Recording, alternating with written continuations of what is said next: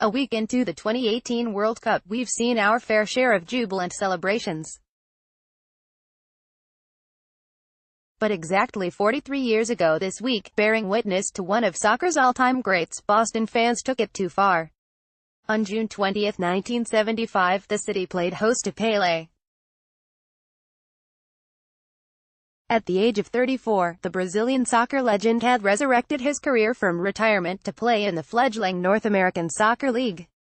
It was the Pelé's first season with the New York Cosmos, as well as his first game in Boston to take on the city's NASL team, the Minutemen. The Messiah has arrived to convert pagan Bostonians to the religion of soccer. The Boston Globe's John Powers rode ahead of the game. But former Santos star and all-time leading Brazilian goal-scorer wasn't the only draw. On loan from Portugal's Benfica, the late Eusebio was also starring in the game, having joined the Minutemen for the 1975 season. Nicknamed the Blank Panther, the renowned 33-year-old Portuguese striker was voted one of the top 10 all-time soccer players and was considered a peer by Pelé. And now, the two aging titans of the game were once again squaring off, not on soccer's greatest stage but on an AstroTurf field in Allston. Nickerson Field was more than 50% over capacity for the highly anticipated Friday night game, with an estimated 18,000 to 20,000 fans in the 12,500-person stadium. As Powers wrote in the next day's paper, the overflow crowd turned Nickerson Field into a shoving, marginally controlled maelstrom, and ruined what could have been a wondrous piece of nostalgia. According to the Globe, the Minutemen had talked about moving the game to a larger facility or potentially adding extra bleacher seats at Nickerson Field, the home of Boston University. Neither happened. Instead, shortly before kickoff, the overpacked crowd spilled over the wall separating the stadium seats and the sidelines. The New York Times reported that several thousand fans left the stand and surrounded the field to get an up-close view of the two former all-world players plot around midfield, directing the game. The fans and the players were so close they could shake hands, the Times reported. And a lot of them did. Minutemen coach Huber Vogelsinger later told the Globe that he had to stand on a bench just to watch my team. The game was scoreless through the first 75 minutes, until Pelé committed a foul outside his own penalty area and gave the Minutemen an opportunity. Though perhaps past his prime, Eusebio apparently hadn't lost his shot. His 78th minute free kick beat the Cosmos goalie into the back of the net, 1-0, Minutemen. That's when things started to get chaotic.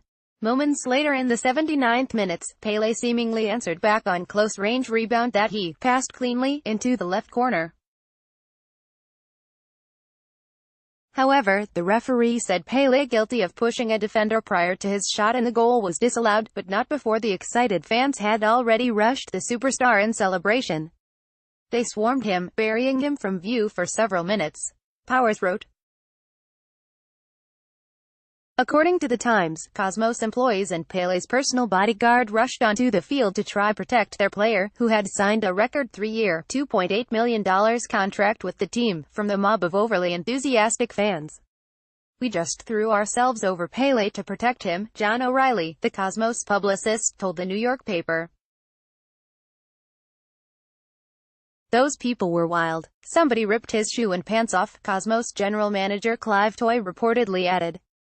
When the fans were pulled off, Pelé was revealed to have been injured.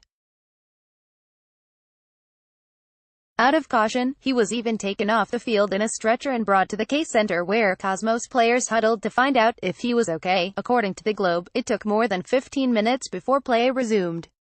Somebody jumped on the back of his right knee, a spokesman for the Cosmos told the Times. We think he has pulled something inside his right knee and has sprained his right ankle. Though the injuries weren't as serious as some observers feared as they watched fans engulf the star player, Powers suggested the league was fortunate he wasn't killed. Pelé was taken out of the game for good and, 4 minutes later, so was Eusebio.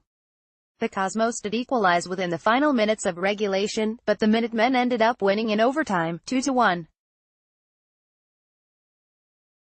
After the game, Pelé himself expressed concern about the severity of the injury. I won't know until tomorrow how serious it is, he told the Globe after the game. The next day, he reportedly flew back to his home country of Brazil to get an assessment from his doctor. The injuries weren't too serious, and Pelé returned to the States the following weekend to beat both the Rochester Lancers and the Washington Diplomats, score a goal in the latter game, and even paid a visit to President Gerald Ford at the White House.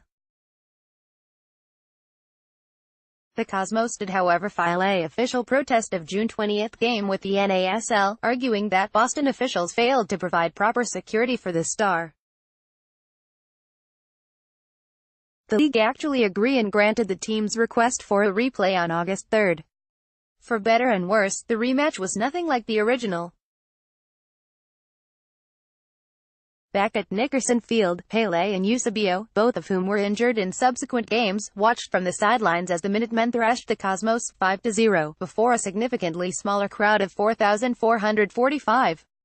Fortunately, none of them caused any incidents on the field.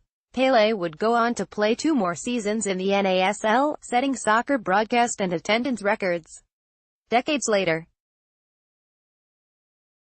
he told The Guardian that coming to play in the United States was best thing I did in my life. It's unclear if he would say the same about coming to Boston.